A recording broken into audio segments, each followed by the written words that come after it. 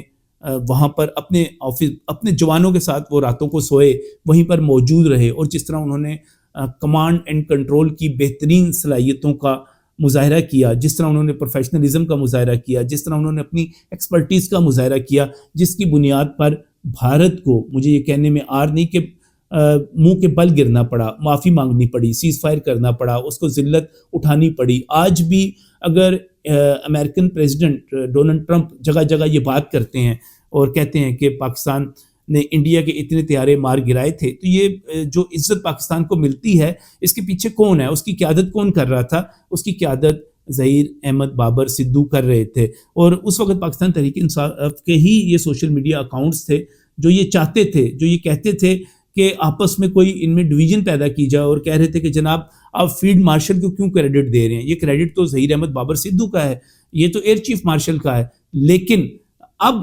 وہی پاکستان تحریک انصاف کا social media اس وقت جو ہے سدھو صاحب پر حملہ آور ہے. اور وہ حملہ آور کیوں ہے؟ اس کی بڑی صاف اور واضح میرے پاس جواز موجود ہیں, آپ کو منطق لگے گی, آپ کو لگے گا کہ یہ بات سمجھ آنے والی ہے. پہلی بات یہ ہے کہ پاکستان تحریک انصاف یہ سمجھتی ہے کہ ظہیر احمد بابر سدھو کو جو پروموشن ملی تھی وہ جنرل قمر جاوید باجوہ اور فیض حمید کی وجہ سے ملی تھی, جو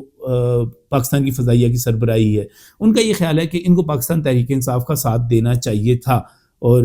جو بھی پاکستان تحریک انصاف انٹ شنٹ کرتی ہے اس میں ساتھ ہونا چاہیے تھا. لیکن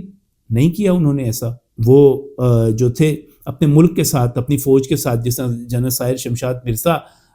کمیٹڈ رہے, وہ بھی اپنے ملک کے ساتھ, اپنے ادارے کے ساتھ کمیٹڈ رہے. وہ سیاست میں نہیں گئے, انہوں نے سیاسی کھیل نہیں کھیلا. تو اس کی وجہ سے یہ جو لوگ ہیں نا جو کہتے ہیں کہ نیوٹرل تو جانور ہوتا ہے, تو انہوں نے اب یہ سوچا کہ ان کو معاف کیوں کیا جائے. انہوں نے جنرل سائر شمشاد مرزا کو بھی معاف نہیں کیا, انہوں نے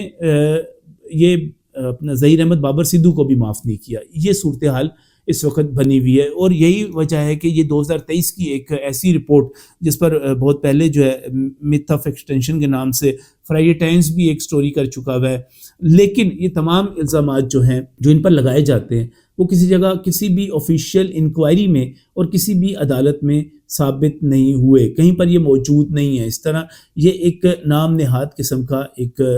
آپ یہ کہیں کہ وائٹ پیپر جو ہے بالکل ہی مبینہ وسل بلور کی طرف سے اس کو ایک کہانی بنا کر, یہ کہانیاں بنانے کے, کہانیاں گھڑنے کے ماہر ہیں, تو انہوں نے یہ اس کو گھڑ لیا ہوا ہے. اور یہ ایک وجہ تو اس کی یہ ہے, اور دوسری وجہ آپ کو سمجھ آ جائے گی کہ جب میں اس میں عادل راجہ کا نام لیتا ہوں, میں اس میں وجاہت خان کا نام لیتا ہوں, میں اس میں عائشہ صدیقہ کا نام لیتا ہوں, باقی لوگ, تو یہ آپ کو اچھی طرح پتہ ہے کہ یہ لوگ کہاں پر کنیکٹڈ ہیں. یہ بنیادی طور پر بیرون ملک بیٹھ کر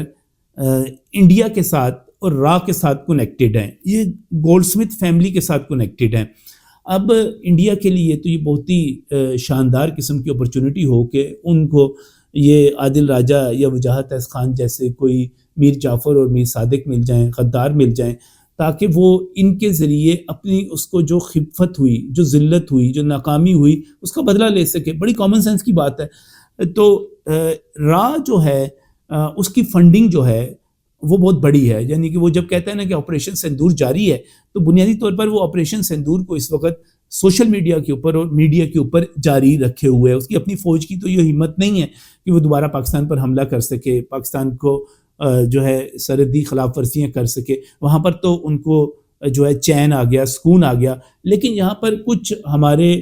جو دوست بنے پھرتے ہیں اور بظاہر دوست ہیں اور بظاہر پاکستانی ہیں, بظاہر جنہوں نے پاکستان سے عزت, دولت, شہرت, عہدے سب کچھ لیے ہوئے ہیں, وہ تمام کے تمام جو ہیں انڈیا کے ہاتھوں میں کھیل رہے ہیں. اب انڈیا کے لیے اس سے بہتر کیا ہے کہ پاکستانی جس کو اپنا ہیرو سمجھتے ہیں اور جس کے بارے میں, جس کی پرفارمنس کے بارے میں یہ کہا جا رہا ہے کہ اس کو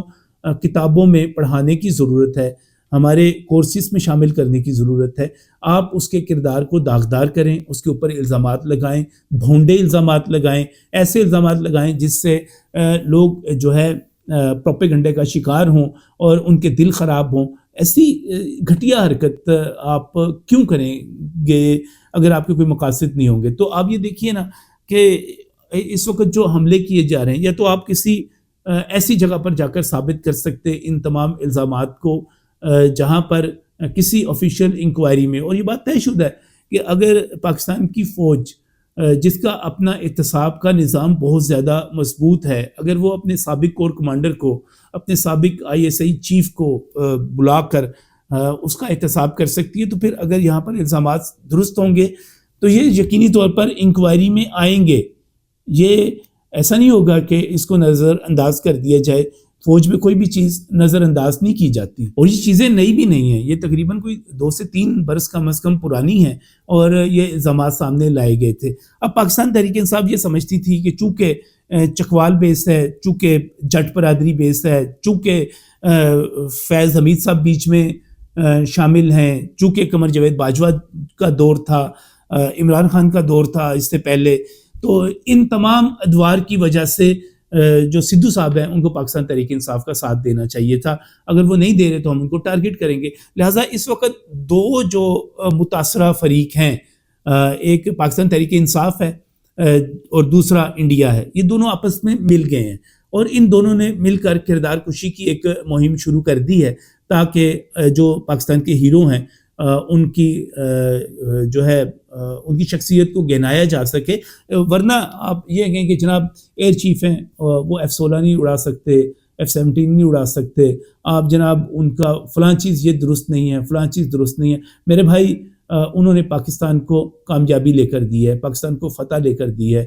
پاکستان کے لیے وہ کچھ کیا ہے جو اس سے پہلے 70 برس میں نہیں ہو سکا تھا. اور اب اگر ان کو ایکسٹینشن دی گئی ہے، ان کی مدت ملازمت میں توسیع کی گئی ہے، تو اس کے لیے باقاعدہ آئینی اور قانونی طریقہ کار استعمال کیا گیا ہے. آئین میں ترمیم کرتے ہوئے، متعلقہ قوانین میں ترمیم کرتے ہوئے ان کو یہ جو ہے ایکسٹینشن ملی ہے، اور یہ حکومت کا حق ہے یہ کہ وہ ایکسٹینشن دے. اور اس سے بڑھ کر میرا خیال ہے یہ ظہیر احمد بابر سدھو جیسے سربراہ کا حق ہے جو پاک فضائیہ کی سربراہی کر رہے ہیں، یہ ان کا حق ہے کہ ان کو یہ موقع ملے، اور وہ جس مہارت کے ساتھ، جس عظمت کے ساتھ، جس پروفیشنلزم کے ساتھ جو قیادت کر رہے ہیں وہ آگے جو ہے اپنے جوانوں میں شفٹ کر سکے، اس میں منتقل کر سکے. آپ یہ دیکھیے نا کہ ظہیر احمد بابر سدھو کے 10 مئی والے پروفیشنل کردار کے بعد ہوا کیا؟ اس کے بعد پاکستان کے بنائے ہوئے طیاروں کی پوری دنیا میں مانگ بڑھ گئی. پاکستان جو ہے وہ دنیا کے دفاعی سامان کو ایکسپورٹ کرنے والے جو ایک بڑا مختلف ممالک کا ایک بڑا آپ کہیں کلب تھا، اس کا حصہ بن گیا. اور پھر اس کے ساتھ ہی مختلف ممالک نے پاکستان کے ساتھ رابطہ کیا کہ ہم آپ کے ساتھ نہ صرف آپ کے طیارے خریدنا چاہتے ہیں، بلکہ ہم اس کے ساتھ آپ کے ساتھ پائلٹ ایکسچینج پروگرام کرنا چاہتے ہیں. جب پائلٹ ایکسچینج پروگرام ہوگا تو اس میں بھی ظاہر ہے پروفیشنلزم آئے گا. ہمارا جو سعودی عرب کے ساتھ دفاعی معاہدہ ہے اس میں بھی فضائیہ کا ایک کردار ہے، ایک بہت بڑا رول ہے. تو ان تمام چیزوں کی نفی کرنے کے لیے، اس کو نیچا دکھانے کے لیے جو اس وقت مہم شروع کی گئی ہے، میں تو صرف سادہ سے الفاظ میں یہی کہوں گا کہ بہت ہی شرمناک ہے، بہت ہی گھٹیا ہے. بڑے بڑے لوگ غداری کرتے ہوں گے، لیکن غداری کی جس گھٹیا قسم کا ہمیں اس وقت سامنا ہے ان لوگوں کی طرف سے، ملک دشمنی کی جس صورت کا سامنا ہے، یہ تو بڑے گھٹیا سے گھٹیا لوگ بھی ایسا نہیں کرتے ہوں گے. وہ بھی جو ہے کچھ چیزیں ایسی ہوتی ہوں گی جن پر اختلاف کرتے ہوں گے، کچھ چیزیں ایسی ہوتی ہوں گی جن پر اتفاق کرتے ہوں گے، لیکن یہ لوگ تو بہت ہی گر گئے ہیں، نیچے گر گئے ہیں. اور میں تو آپ کے سامنے وہ تمام الزامات جو ہیں جو وہاں پر لگائے جا رہے ہیں، کرپشن اور کک بیکس کے حوالے سے، مدت ملازمت میں توسیع کے حوالے سے، یا باقی پروفیشنلزم کے حوالے سے، میں تو آپ کے ساتھ شیئر بھی نہیں کر سکتا. عجیب بونگیاں ماری ہوئی ہیں، گھٹیا باتیں کی ہوئی ہیں، اور یہ سب کچھ صرف اس لیے ہے کہ عمران خان وزیر اعظم نہیں بن پا رہا، یا اس کو چوری کے جرم میں سزا ہو چکی ہوئی ہے، رشوت خوری پر سزا ہو چکی ہوئی ہے، تو اس کا کوئی حل نہیں ہے. اب یہ لوگ جو ہے اپنا پروپیگنڈا کرتے رہیں گے. آپ سے درخواست یہ ہے کہ آپ اپنی قیادت پر اعتماد رکھیں، جس نے بھارت کو شکست دی، جس نے پاکستان کا پرچم بلند کیا، جس نے پاکستان کو ڈیفالٹ سے بچایا، انشاءاللہ تعالیٰ یہ قیادت آگے بھی پاکستان کو ڈیلیور کرے گی، اور پاکستان کو جو ہم خواب دیکھتے ہیں کہ ایشین ٹائیگر بنے گا، وہ بنا کر دکھائے گی۔ یہ لوگ جو ہیں اسی طرح روتے دھوتے رہیں گے، الزام لگاتے رہیں گے، اور میرے تو خیال میں ان کا